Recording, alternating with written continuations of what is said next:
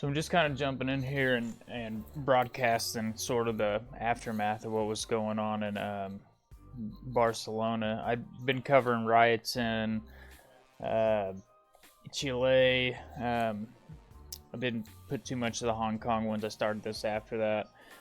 Um, there's riots happening all over the place.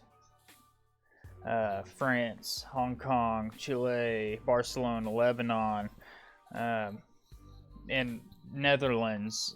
They have all of them have their own reasons: taxes, farmers, freedom. Um, but I posted this article down the bottom. It says 350,000 protesters flood Barcelona for separatist freedom rally. And it says around 350,000 people rallied in downtown Barcelona on Saturday, turning the streets into a sea of independence flags in its latest mass protest against Spain's jailing of 9 separatist leaders. The turnout figure was given by local police as vast crowds packed into wide avenue running between the waterfront and the city's towering Sagrada Familia Basilica, which was once again closed to visitors. Catalonia has been gripped by unrest since October 14th. The Supreme Court verdict was unleashed a wave of huge demonstrations that quickly turned violent, with angry protesters hurling rocks and Molotov cocktails at riot police, who hit back with tear gas, foam rounds, and rubber bullets. Hold on just a second.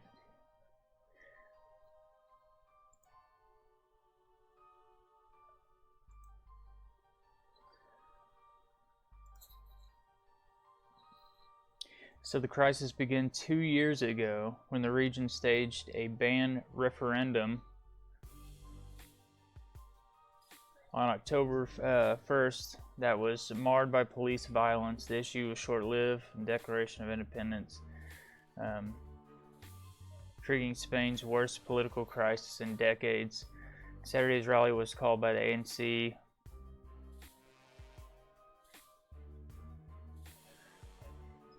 Medium Cultural, the region's 2 biggest grassroots pro-independence groups that have organized some of the largest separatist protests in recent years.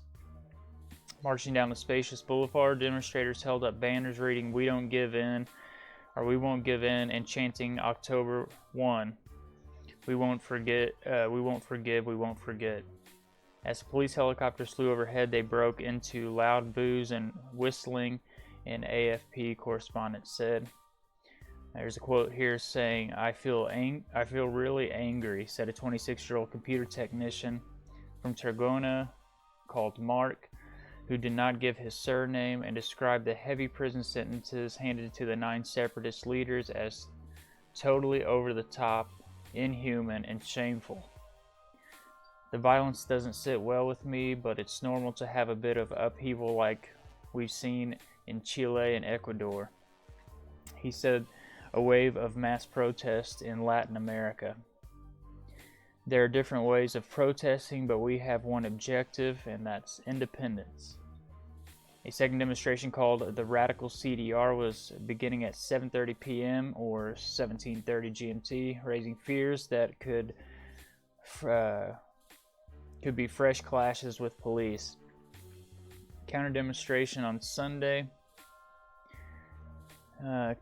Catalans remain sharply divided over a question of separating from Spain, with the September poll showing 44% in favor, but 48.3% against. And the violent protest over the verdict have only deepened that division. Let me open this article up over here. That live event is over. I'm gonna see, because there's a few people broadcasting this right now.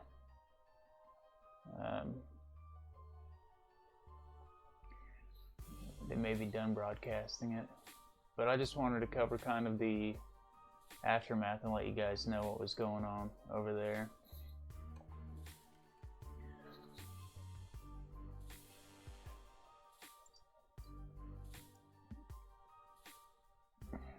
take this off here. So this is the article I was reading. I'm down here. It says, the violence eased off last week, although the protests continue, with thousands of flag-waving students marching peacefully through the city on Friday evening. More than 600 people have been injured and so far in the protest, among them 367 civilians, 4 of whom lost an eye. The Catalan health officials say, with government figures showing 289 police also hurt. Earlier on Saturday, thousands rallied in Madrid in defense of Spain's unity at the demonstration called by the far-right Vox party, which has taken a very tough line on Catalan separatism and wants all regional pro-independent parties banned. It says, although the faction only entered parliament in April, polls indicate it might become the 3rd largest party following the November 10th election. On Sunday, activists from Catalan civil society, the SCC, will hold a counter-demonstration by those who want the region to remain part of Spain and who want the protest violence to end. Those who oppose independence are a majority, and that is an important message for Catalonia, for Spain and the world, where often separatism is associated with Catalina. SEC head Fernando Sanchez Costa told AFP, "It's important to go back out and say that's enough violence and confrontation," he said, warning that the unrest was causing a lot of damage to Catalan society. Separation not an option, it says. Until now, the socialist government of Pedro Sanchez has turned a deaf ear to the repeated calls for dialogue from regional president Quim Torra, who wants to secure Madrid's agreement for referendum on independence.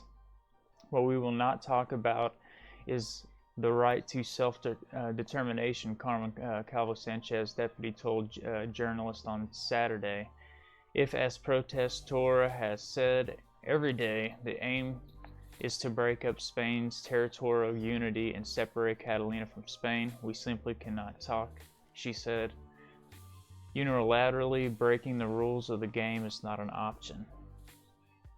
So that's kind of what's going on over in Spain. As protests break out all over the world, if I catch them, then I'll stream them for you guys. I think it's important to watch.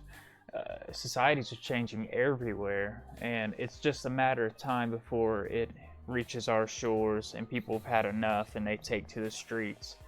You guys got to keep in mind something else. There's more of us than there are of them, and I'm not trying to incite anything like that here. I'm just trying to make you guys aware other people aren't taking it anymore. They're tired of having, their liberties and their independence taken from them and controlled by taxes and government, and people are tired of it. So, I'll continue, like I said, to share with you guys the stuff that's going on around the world as I see it, and stream it for you guys. That's what this is here for. Keep you guys kind of in the now, what's going on. But I thought I would just step in and share this with you guys. I hope you guys are having a good afternoon. Sorry to bring this kind of like gloom type news to you guys, but it's important to watch. And like it says on the screen there, pray for Barcelona, for the people injured. There's riots going on in Lebanon, and I saw this really awesome video. It wasn't awesome that the child was terrified, obviously, in a vehicle passing through a crowd of protesters. But the protesters stopped. They saw the child in the car, and they started singing Baby Shark to calm the child down. But, Venezuela, they're trading rice and food and the simplicities in life just for fuel. So, these socialist, democracies are falling apart all around us, and people want their freedom. So, keep all these different countries and all these different people in your prayers. And I'm going to go ahead and sign off here. If anything pops off, I'll bring it to you guys. And, as always, this is Ryan with the Kingsman Report, and this is the news everyone ignores.